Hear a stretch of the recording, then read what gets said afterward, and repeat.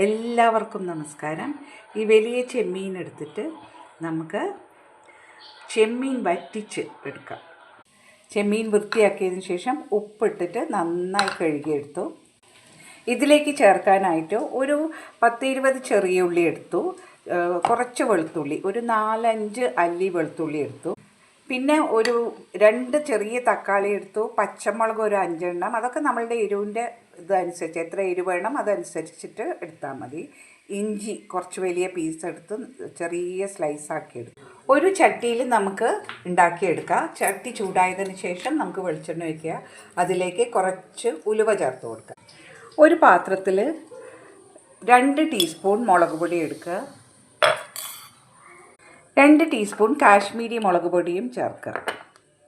ഇനി ഇതിലേക്ക് കുറച്ച് വെള്ളം ഒഴിച്ചിട്ട് ഒന്ന് കലക്കിയെടുക്കുക. ഒന്നൊരു പേസ്റ്റ് മാതിരിയാക്കിയെടുക്കുക.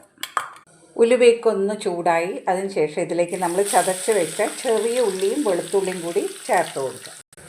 നന്നായിട്ട് മുരിയിച്ചെടുക്കുക. കുറച്ച് കറിവേപ്പിലയും ചേർത്ത് കൊടുക്കുക. നന്നായി മുരിയട്ടെ. ഉള്ളിയൊക്കെ നന്നായി വഴണ്ട് വന്നു. അതിലേക്ക് തക്കാളിയും ഉള്ളിയും പച്ചമുളകും ചേർത്തിട്ട് ഒന്നും കൂടി വഴറ്റിയെടുക്കുക. തക്കാളിയൊക്കെ വഴണ്ടതിന് ശേഷം നമ്മൾ വെള്ളത്തിൽ കലക്കി വെച്ച പൊടികളൊക്കെ ചേർത്ത് കൊടുക്കുക. മഞ്ഞൾപ്പൊടി ചേർത്തിട്ടില്ല, അത് കുറച്ച് ചേർത്ത് കൊടുക്കുക. ഇതിലേക്ക് ഇനി അടുത്തതായി ചേർക്കേണ്ടത് ഒരു നാരങ്ങ വെളുപ്പത്തിലുള്ള പുളി എടുത്തതിന് ശേഷം പിഴിഞ്ഞിട്ട് ഇതിലേക്ക് ചേർത്ത് കൊടുക്കുക. നന്നായി തിളക്കട്ടെ. ഇനി ഈ സമയത്ത് ആവശ്യത്തിന് ഉപ്പ് ചേർത്ത് കൊടുക്കുക. ആവശ്യത്തിനുള്ള ഉപ്പ്. കുറച്ച് നേരം അടച്ച് വെച്ച് ഒന്ന് വേവിച്ചെടുക്കുക.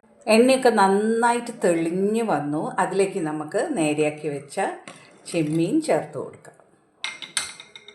ചെമ്മീൻ അധികം വേവില്ലാത്തതുകൊണ്ട് പെട്ടെന്ന് വെന്ത് കിട്ടും. ഒന്ന് അടച്ചു വയ്ക്കും. ചെമ്മീൻ വറ്റിച്ച കറി റെഡിയായി. ഈ കറി ശരിക്കും നാളത്തേക്കായിരിക്കും ഒന്നും കൂടി ടേസ്റ്റ്. ഈ ചട്ടിയിൽ തന്നെ വെച്ചിരുന്നാൽ നല്ല ടേസ്റ്റി ആയിരിക്കും. ഇതിലേക്ക് തണ്ടോടുകൂടി കറിവേപ്പില ഇട്ട് കൊടുക്കുക. കുറച്ച് പച്ച വെളിച്ചെണ്ണ ഒഴിച്ച് കൊടുക്കുക. വളരെ കുറച്ച് മതി. നമ്മൾ നേരത്തെ നല്ലോണം ചേർത്തിട്ടുണ്ടെങ്കിൽ കുറച്ച് ഒഴിച്ച് കൊടുക്കുക. നല്ല ടേസ്റ്റി ആയിട്ടുള്ള കറി റെഡിയായി. എല്ലാവരും ട്രൈ ചെയ്തു. ഇത് ചോറിൻ്റെ കൂടെ, ചപ്പാത്തിയുടെ കൂടെ, പുട്ടിൻ്റെ കൂടെ ഒക്കെ നല്ല ടേസ്റ്റി ആയിരിക്കും. എല്ലാവരും ട്രൈ ചെയ്ത് നോക്കണം കേട്ടോ.